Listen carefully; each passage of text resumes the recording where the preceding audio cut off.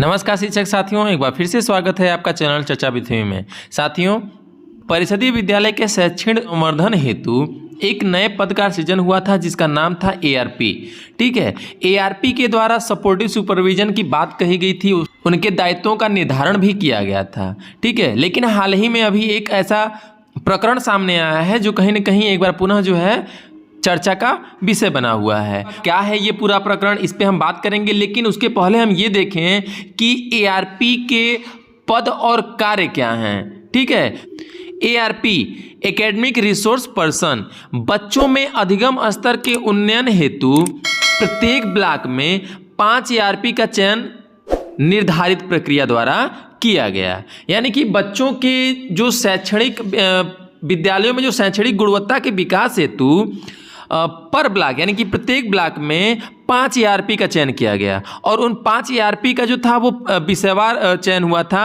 हिंदी, गणित, अंग्रेजी, विज्ञान, सामाजिक विज्ञान, इन 5 विषयों के विषय विशेषज्ञ के रूप में एआरपी का चयन हुआ। ठीक है, इनका जो कार्यकाल था वह कितना था? इनका जो कार्यकाल था, प्रारंभ में जब एआरपी के चयन के विषय में बात करी गई थी तो उनके कार्यकाल को 1 वर्ष बताया गया था और अधिकतम 1 वर्ष से 3 वर्ष तक बढ़ाया जा सकता है। उनके अच्छे कार्य, उनके दायित्वों के शानदार निर्वहन के कारण उनके कार्यकाल को बढ़ाया भी जा सकता है, लेकिन अधिकतम 3 वर्ष तक। ठीक है, अब ये इसके अलावा जो एआरपी बनने की अर्हता जो थी उस समय वो क्या थी? तो एआरपी बनने की जो अर्हता थी वह थी कि 5 वर्ष का अनुभव हो, यानी कि जो अध्यापक एआरपी का फॉर्म भरने जा रहे हैं वह 5 वर्ष का उनके पास अनुभव हो, शिक्षक के रूप में उन्होंने 5 वर्ष काम कर लिया हो। ठीक है, इसके साथ ही स्नातक यानी कि जिस विषय के रूप में, इन 5 विषयों में से किसी एक विषय के रूप में वो अपना आवेदन कर सकते हैं। तो जिस विषय के रूप में आवेदन वो करना चाह रहे हैं या करने जा रहे हैं उस विषय के साथ उन्होंने ग्रेजुएशन किया हो और ग्रेजुएशन के अंतिम वर्ष पे उस विषय की होने की अनिवार्यता थी, यानी कि अंतिम वर्ष में वह विषय होना चाहिए। ठीक है, इसके साथ ही कुछ अन्य बिंदु भी बताए गए थे कि उन पर कोई कार्रवाई न की गई हो।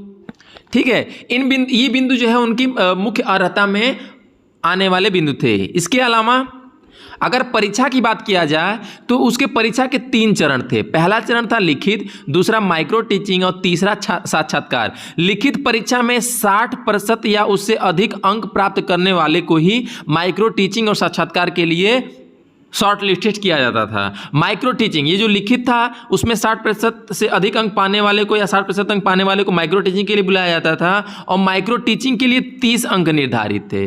ठीक है, मतलब 30 अंक में उनको अंक पाना था। और इसके अलावा जो साक्षात्कार था, साक्षात्कार 10 अंकों पे साक्षात्कार होने थे।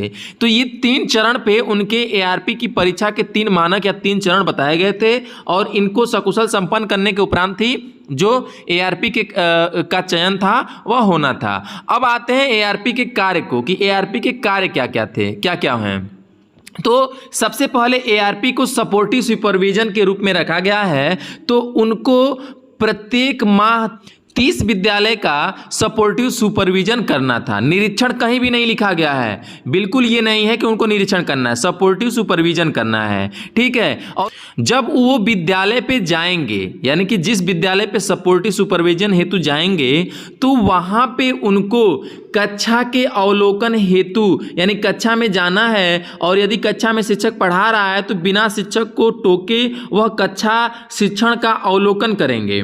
ठीक है, और उसमें जो है बच्चों के साथ वार्तालाप भी करेंगे, यानी कि 5 सबसे कमज़ोर बच्चों को वह शिक्षक से या अपने सपोर्टिव सुपरविजन में या अपने कक्षा शिक्षण में वह 5 बच्चों से क्या करना है, उनको बातचीत भी करना है और उनके विश्लेषण को पता लगाना है कि विश्लेषण के द्वारा कि उन बच्चों की कमजोरी क्या क्या है, किन बिंदुओं पे वो इस लक्ष्य को विभिन्न प्रकार के जो विभाग द्वारा निर्धारित किए गए उनके लक्ष्यों को प्राप्त करने में क्या क्या समस्या उसके सामने आ रही हैं। ठीक है, और जब बच्चों से बात करेंगे या बच्चों का जब आकलन करेंगे जब उनके ज्ञान का, तो ये बात बिल्कुल ध्यान देनी है कि वह उसको कहीं भी उसका मोरल डाउन ना हो, उसको आत्मग्लानि का भाव बिल्कुल भी नहीं होना चाहिए बच्चे का।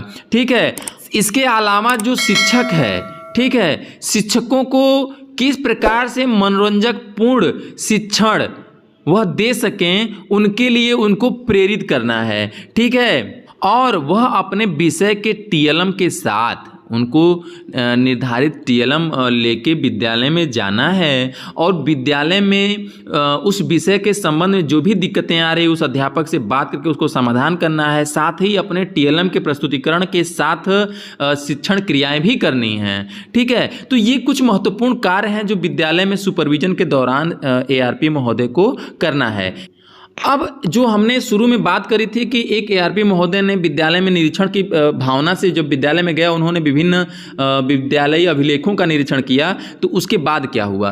तो ये जो पत्र है वह कार्यालय जिला बेसिक शिक्षा अधिकारी जौनपुर का है और एआरपी अंग्रेजी इसका नाम मिटा दिया गया है। तो एआरपी अंग्रेजी विषय के जो एआरपी हैं उनको संबोधित ये पत्र है। इसमें लिखा गया प्राथमिक विद्यालय के समस्त, यानी जिन विद्यालय पर वो गए थे उसके समस्त अध्यापकों द्वारा शिकायत किया गया कि आपके द्वारा न तो अपने विषय को पढ़ाया जाता है, जैसा कि मैंने बताया कि वह अपने विषय के टीएलएम के साथ विद्यालय में जाएंगे और उसमें आने वाली शिक्षक को समस्याओं का समाधान करेंगे। ठीक है, उनको बताएं किस प्रकार से मनोरंजकपूर्ण शिक्षण आप उस विषय का दे सकते हैं। तो उन्होंने बताया कि आप द्वारा न तो विद्यालय में अपने विषय को पढ़ाया जाता है और न ही कोई मार्गदर्शन दिया जाता है।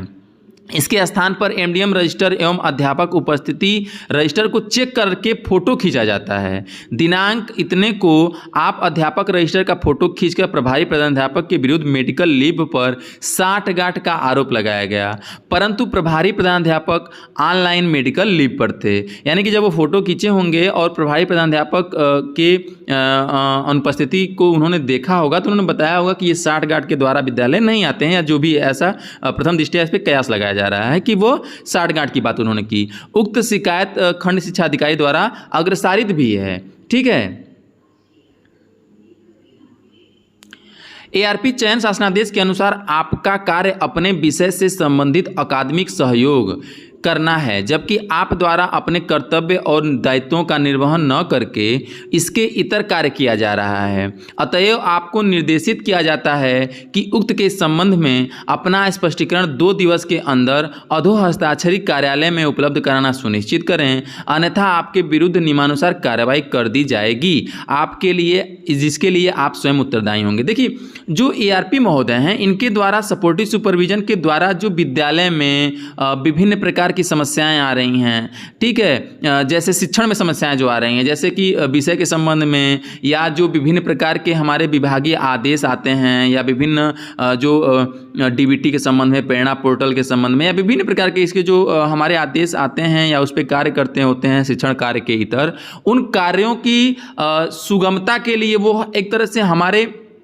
समस्याओं के समाधान हेतु, शिक्षण में समस्याएं, इसके अलावा जो विभागीय कार्य हैं उसकी समाधान हेतु, साथ ही उनको जो एक तरह से प्रधानाध्यापक को मोटिवेट और साथ ही अन्य अध्यापक को मोटिवेट करना है किस प्रकार से हम अपने विद्यालय को बेहतर विद्यालय, प्रेरक विद्यालय, आदर्श विद्यालय बनाएं। ठीक है, तो इसे कहीं ना कहीं प्रकट हो रहा है कि जो एआरपी महोदय हैं उनको केवल और केवल सपोर्टिव सुपरविजन करना है, निरीक्षण के भाव से विद्यालय में उनको नहीं जाना है। ठीक है, तो इस वीडियो में आपने देखा कि किस प्रकार से एआरपी के कार्य क्या हैं और कार्य के अलावा जो एक एआरपी के द्वारा किया गया कार्य है तो उस पर क्या प्रतिक्रियाएं आई हैं। मिलते हैं अगले वीडियो में, तब तक के लिए नमस्कार शिक्षक साथियों।